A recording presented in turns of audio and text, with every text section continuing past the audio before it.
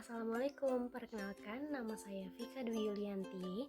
Kali ini kita akan membahas mengenai dari materi-materi sebelumnya yang kita bahas mengenai pengolahan data baik di SPSS ataupun IFUS. Namun kali ini kita akan menjelaskan mengenai teorinya saja. Yuk kita simak. Yang pertama, yuk kita bahas mengenai uji validitas dan uji reliabilitas. Yang pertama, uji validitas. Uji validitas yaitu digunakan untuk mengetahui sejauh mana ketepatan dan kecermatan suatu alat ukur dalam mengukur data. Uji ini bertujuan untuk mengetahui kevalidan angket kuesioner yang digunakan oleh peneliti dalam mengukur dan memperoleh data penelitian dari responden. Kemudian yang kedua, uji reliabilitas. Uji reliabilitas digunakan untuk menetapkan apakah instrumen yang dalam hal ini kuesioner dapat digunakan lebih dari satu kali.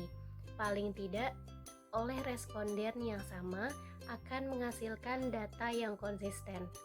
Dengan kata lain, reliabilitas digunakan untuk mengetahui konsistensi alat ukur, apakah alat pengukuran yang digunakan dapat diandalkan dan tetap konsisten jika pengukuran tersebut diulang. Uji ini bertujuan untuk mengetahui tingkat konsistensi angket yang digunakan peneliti. Uji asumsi klasik. Uji asumsi klasik adalah syarat-syarat yang dipenuhi pada model regresi linear OLS agar model tersebut menjadi valid sebagai alat penduga. Penelitian yang menggunakan regresi linear berganda sebagai alat analisis wajib untuk melakukan uji asumsi klasik. Hal ini dikarenakan regresi linear berganda merupakan jenis regresi linear OLS. Uji asumsi klasik ada 5 macam. Yang pertama, uji normalitas, uji heterokedastisitas, uji multikolinearitas, uji autokorelasi, dan uji linearitas. Yang pertama, uji linearitas, yaitu uji normalitas. Uji normalitas adalah uji statistik yang dilakukan untuk mengetahui bagaimana sebaran sebuah data. Uji ini dilakukan untuk melihat distribusi data dalam model penelitian. Yang kedua, uji heteroskedastisitas adalah uji yang dilakukan untuk melihat adakah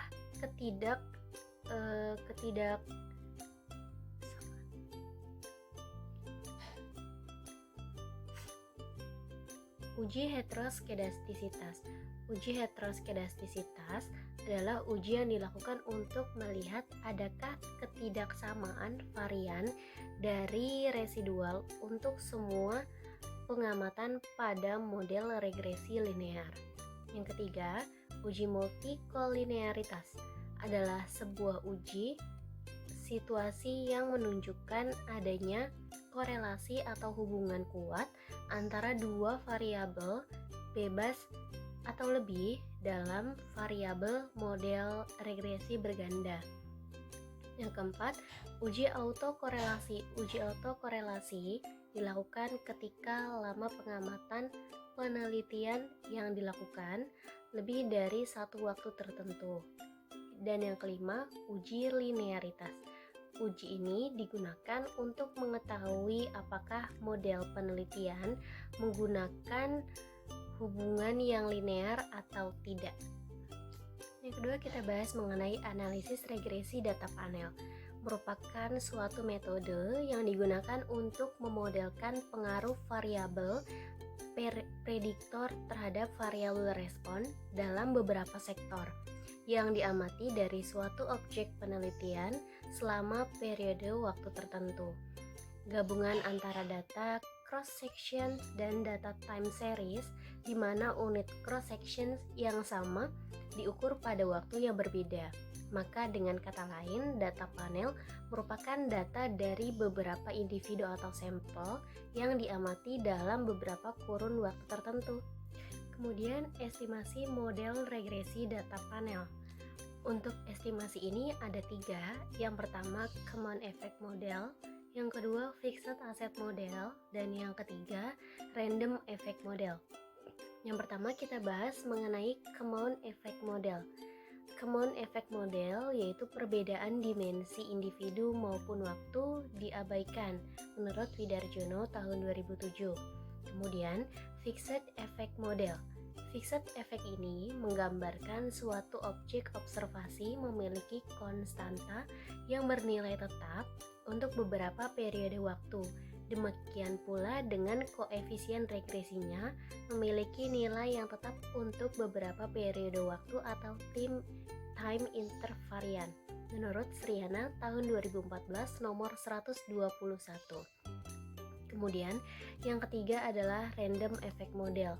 Diasumsikan bahwa perbedaan intercept dan konstanta disebabkan oleh residual atau error sebagai akibat perbedaan antar sampel dan periode waktu yang terjadi secara random.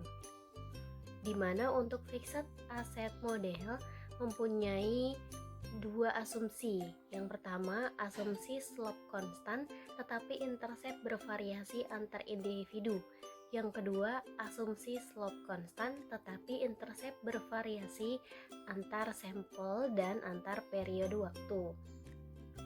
Dan untuk random effect model pun memiliki dua asumsi. Yang pertama, asumsi intercept dan slope berbeda antar sampel.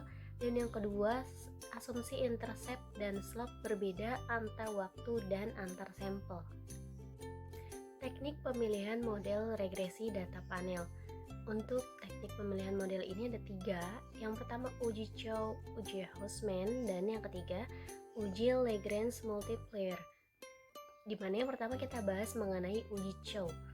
Uji Chow digunakan untuk memilih model yang digunakan apakah sebaiknya menggunakan Common Effect Model atau Fixed Effect Model.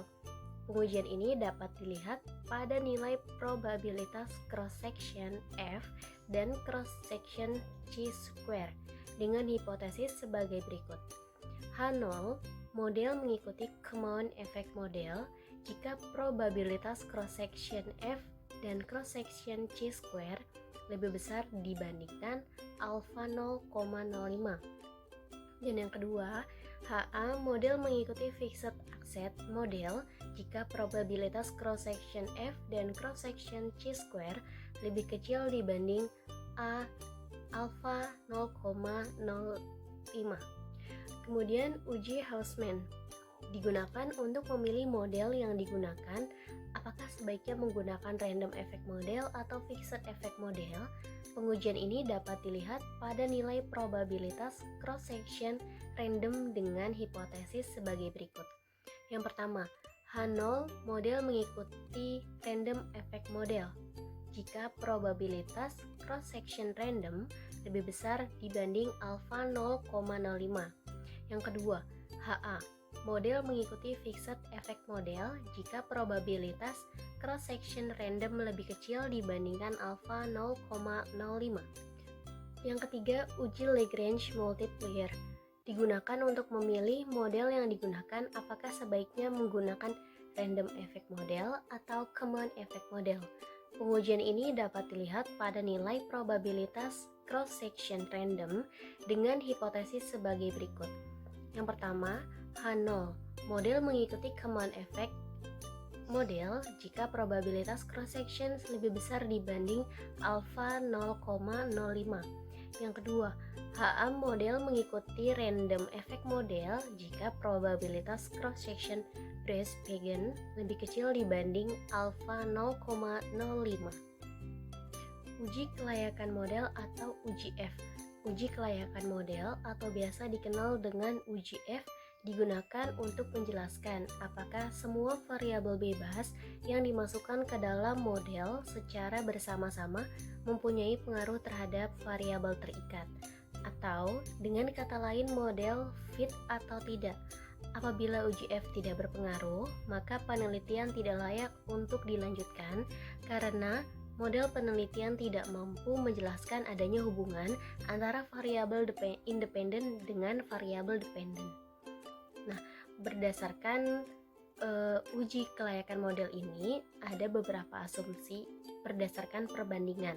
Yang pertama, yaitu hipotesisnya adalah berdasarkan perbandingan F statistik dengan F tabel, yaitu H0 jika nilai F statistik lebih kecil daripada F tabel, HA jika nilai F statistik lebih besar F tabel. Jika F statistik kurang dari F tabel, maka H0 diterima, yang artinya variabel independen X secara bersama-sama tidak berpengaruh terhadap variabel dependen Y. Namun sebaliknya, jika F statistik lebih besar dibanding F tabel, maka HA diterima. Artinya, variabel independen X secara bersama-sama berpengaruh terhadap variabel dependen Y. Dan yang kedua berdasarkan probabilitas, yaitu H0 jika nilai probabilitas F statistik lebih besar dibanding alfa 0,05 dan HA jika probabilitas F statistik lebih kecil alfa 0,05. Jika probabilitas F statistik lebih besar dibandingkan alfa 0,05, maka H0 diterima, yang artinya variabel independen X secara bersama-sama tidak berpengaruh terhadap variabel dependen Y. Namun sebaliknya, jika probabilitas F statistik kurang dari alfa 0,05, maka HA diterima. Artinya, variabel independen X secara bersama-sama berpengaruh terhadap variabel dependen Y. Koefisiensi determinasi. Koefisiensi determinasi menjelaskan seberapa jauh kemampuan model regresi dalam menerangkan variasi variabel bebas mempengaruhi variabel terikat. Semakin besar hasil R-squared akan semakin baik, karena hal ini mengidentifikasi semakin baik variabel independen dalam menjelaskan variabel dependen. Nilai R-squared berada antara 0 sampai dengan 1 menjelaskan penjelasan sebagai berikut. Yang pertama, nilai R-squared harus berkisar 0 sampai 1. Yang kedua, jika nilai R-squared sama dengan 1, berarti naik atau turunnya variabel terikat Y 100% dipengaruhi oleh variabel bebas yaitu X. Kemudian yang ketiga, jika nilai R-squared sama dengan 0, berarti tidak ada hubungan sama sekali antara variabel independen terhadap variabel. Uji T.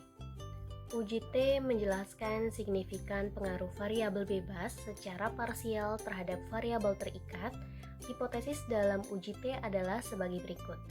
Yang pertama, berdasarkan perbandingan T statistik dengan T tabel, yaitu H0 jika nilai T statistik lebih kecil dibanding T tabel, dan HA jika nilai T statistik lebih besar dibanding T tabel.